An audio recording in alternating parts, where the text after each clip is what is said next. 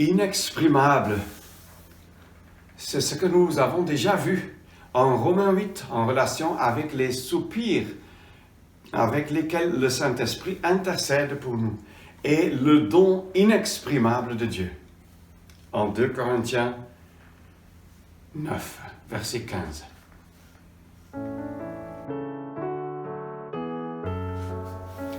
Bonjour bien-aimés en Christ, pour cette deuxième vidéo de la petite série sur l'expression inexprimable.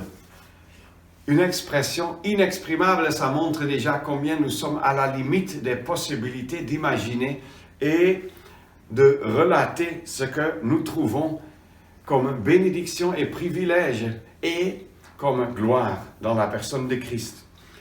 Nous avons vu les soupirs inexprimables du Saint-Esprit en relation avec nos souffrances comme enfants de Dieu dans ce monde. Et en 2 Corinthiens 9, nous avons vu la personne du don inexprimable de Dieu, qui est Christ. Tournons maintenant vers 2 Corinthiens chapitre 12. Lisons le verset 3 et suivant. « Et je connais un tel homme. Si ce fut dans le corps, si ce fut hors du corps, je ne sais, Dieu le sait, qu'il a été ravi dans le paradis et a entendu des paroles ineffables qu'il n'est pas permis à l'homme d'exprimer. Je me glorifierai d'un tel homme, mais je ne me glorifierai pas de moi-même, si ce n'est dans mes infirmités. » Alors, ici, nous avons encore une fois un mot que certaines traductions rendent par inexprimable, dont aussi ma Bible en néerlandais. Ici, par contre, en français, c'est exprimé par le mot ineffable. Là, nous trouvons une expression en grec encore différente de Romains 8 et de 2 Corinthiens 9. Ça vient du mot grec rhétos qui veut dire d'une façon expressive, c'est-à-dire d'une façon où on s'exprime. Et ça peut donc être par des paroles, par des attitudes, par des gestes, par une façon non verbale ou verbale quelconque. Mais Paul, par le Saint-Esprit, dit ici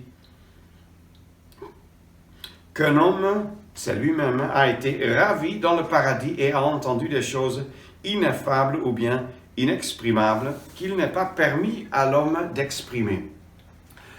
Là, nous sommes encore, si je peux le dire, à une étape supérieure, parce que nous avons déjà vu les réalités sur la terre où nous souffrons, mais le Saint-Esprit intercède pour nous avec des soupirs inexprimables. Maintenant, nous avons vu le don inexprimable de Dieu. Et maintenant, en 2 Corinthiens 12, l'apôtre Paul nous amène dans le lieu où même ce don inexprimable que Christ lui-même se trouve maintenant, à savoir au paradis, le troisième ciel dont il parle.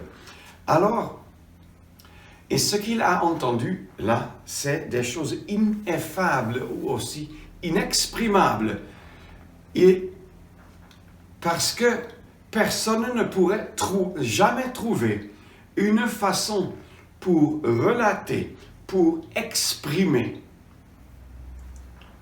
pour donner une expression quelconque à la gloire de ce paradis.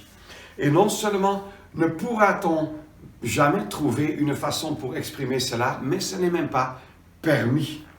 Pour la simple raison que Dieu craint que nous, par notre imagination et par nos paroles, nous puissions, si je peux le dire ainsi, limiter ou gâter, dans la mesure du possible évidemment, la gloire de ce lieu. Cela nous dépasse de loin. Nous sommes trop bornés comme un être humain. Et même l'homme le plus intelligent, parmi les chrétiens même, l'homme le plus intelligent qui a le Saint-Esprit, et qui peut-être depuis 70 ou 80 ans a cru au Seigneur et a constamment eu la croissance spirituelle, il ne pourra jamais arriver à une étape où il peut exprimer cette gloire inexprimable du ciel. C'est impossible. Et c'est pour cela que Paul dit qu'il avait entendu des paroles ineffables, inexprimables aussi. Mais impossible à donner une expression quelconque à cela sur la terre. Il devait donc se taire là-dessus et juste brièvement décrire que c'était une expérience inimaginable et indescriptible. Paul y avait entendu des paroles inexprimables, c'est-à-dire au paradis, et il ne trouvait aucune façon pour exprimer à ses chers croyants à Corinthe et pour décrire à ces croyants qui se trouvaient encore ici-bas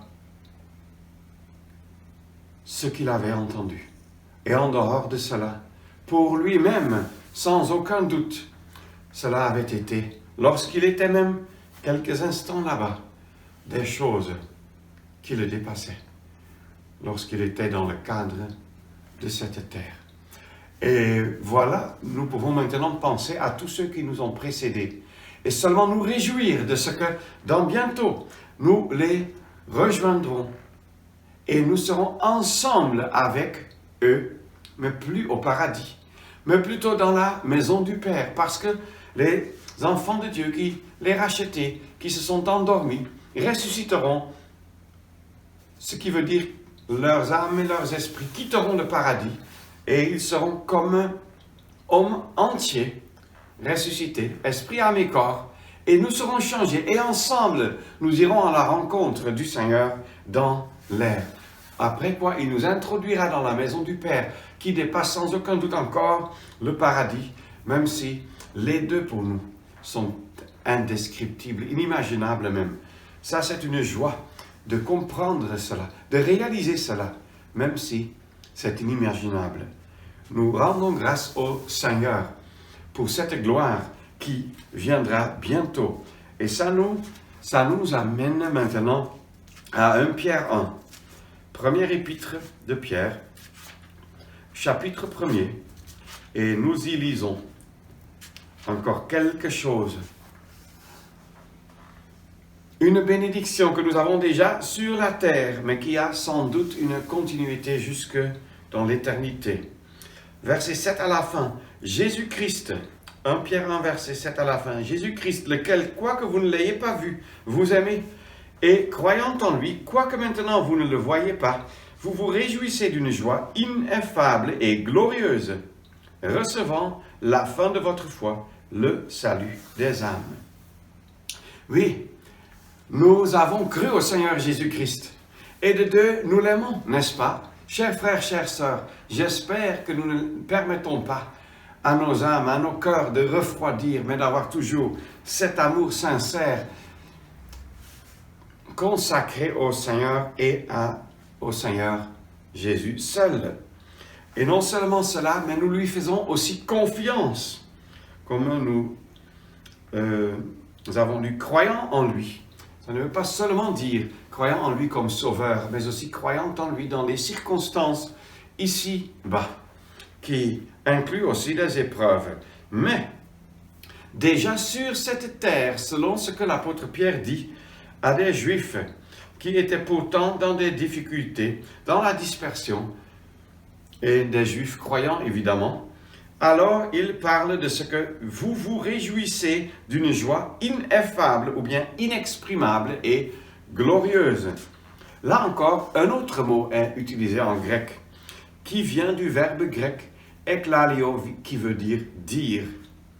Nous réjouissons en Christ avec une joie inexprimable qu'il nous est impossible de dire.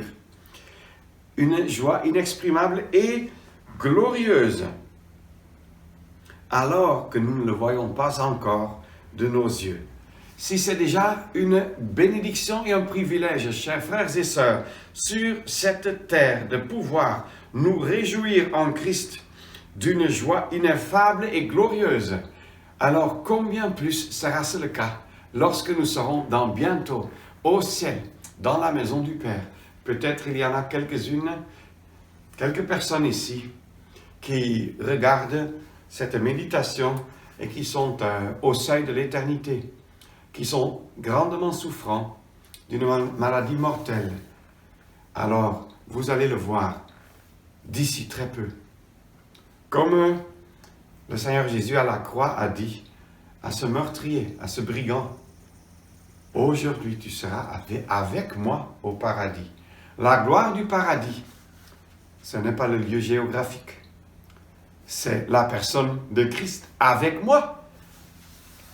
Et n'est-ce pas qu'en Jean 14, le Seigneur Jésus a dit à ses disciples, « Afin que là où moi j'y suis, vous y soyez aussi. » Dans la maison du Père. Quelle perspective glorieuse qui ranime nos cœurs abattus de savoir que tout ce qui est inexprimable est lié au ciel, est lié à des choses qui nous dépassent de loin, quant à notre entendement, quant à nos possibilités de l'imaginer, de l'exprimer, de le communiquer à d'autres, parce que nous-mêmes, nous sommes trop limités. Et pourtant, nous nous réjouissons de ce don inexprimable de Dieu, avec une joie ineffable et inexprimable, comme on peut aussi le traduire.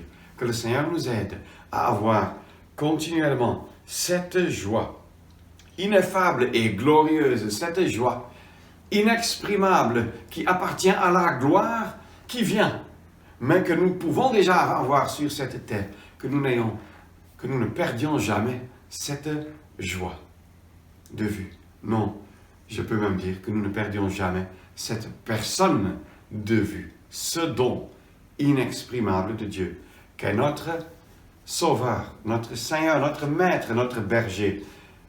Oui, qu'il soit aussi la joie de nos cœurs. Que nos yeux n'aient aucun autre objet que la personne du Fils de Dieu qui nous a aimés et qui s'est livré lui-même pour nous. Et nous pouvons sans aucun doute dire, à cause de son amour incomparable et indescriptible, à lui la gloire.